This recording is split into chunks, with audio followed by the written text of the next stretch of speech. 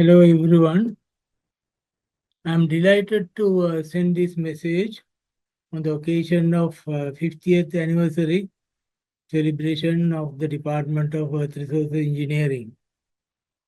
It was in 1974 I first entered the university into this department when it was called Mining and Mineral Processing in the School of Applied Science, which was a new entity in the university system in Sri Lanka.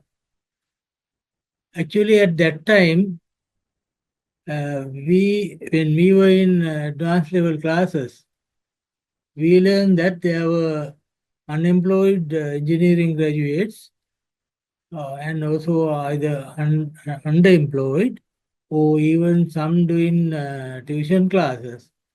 And therefore, we got the advice that this new course called Applied Science, which was said to be a 4-year honors degree and equivalent to engineering as well, may have better prospect than engineering. Thus, five of us who was successful in A-level from my college in Ratnapura, Sivali Central College, four people who had the best results chose to do applied science, and the fifth one chose to do engineering at Moratuwa University. That is how we entered the Department of Mining and Mineral Processing. In fact, when we came to the university, we learned the facts were true. That was before Mahavali era, and there were unemployed engineering graduates. So, after 2 years of studies, uh, our field selection came. First 2 years were common, and then at the time of field selection, I chose to do mining and mineral processing because it was little closer to my heart as my family was engaged in gem mining. And having done that 2 years later, I passed out with a first class honors in mining and mineral processing. And within a week, appointed as a temporary assistant lecturer and made permanent in 3 months. And 1 year later, we were given the opportunity to go for postgraduate studies in the United Kingdom. And after 4 years, after returning, we were advised by the head of the department that we should continue with research, although there were not many equipment in the department.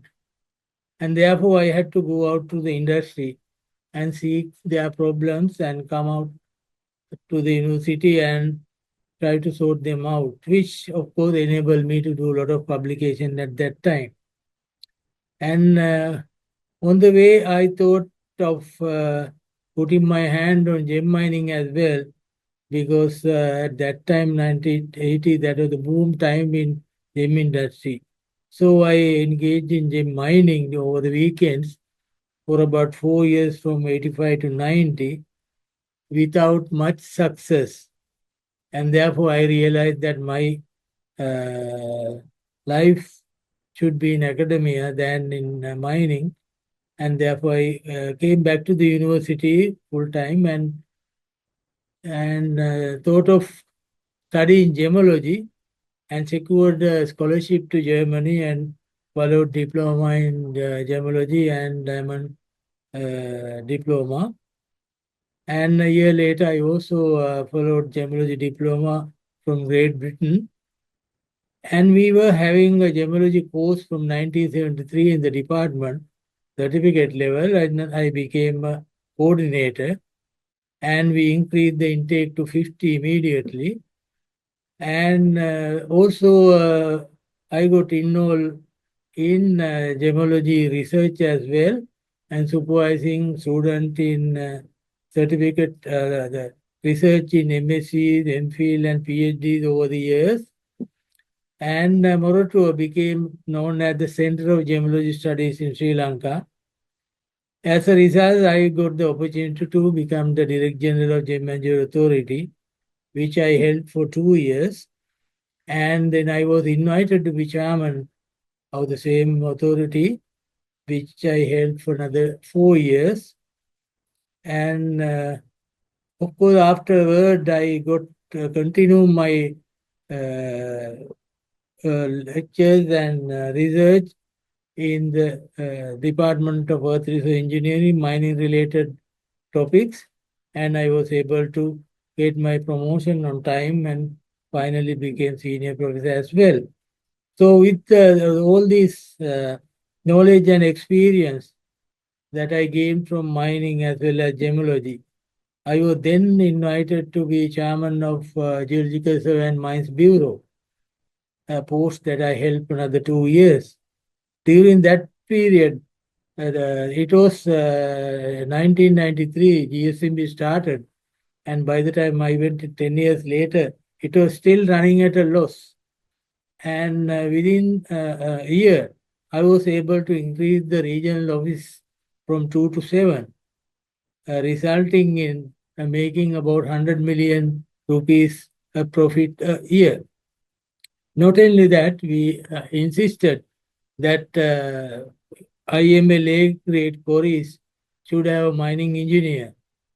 And within the year, I increased the cadre from 4 to 22. And the insistence that mining engineers should be employed in quarries enable our graduates from the department also employment opportunities as well. So the subsequent chairman in the GSMB followed what I did. And today there are more than 30 regional officers and more than 40 mining engineers in the GSMB alone. So these my involvement in the industry made me very happy, and I'm grateful to the department which gave me the strength, the knowledge, and the experience to carry out my life, the work and the life. So I'm grateful for all the benefit that I earned from the department, and I'm also grateful to my teachers who made me what I am today. Thank you.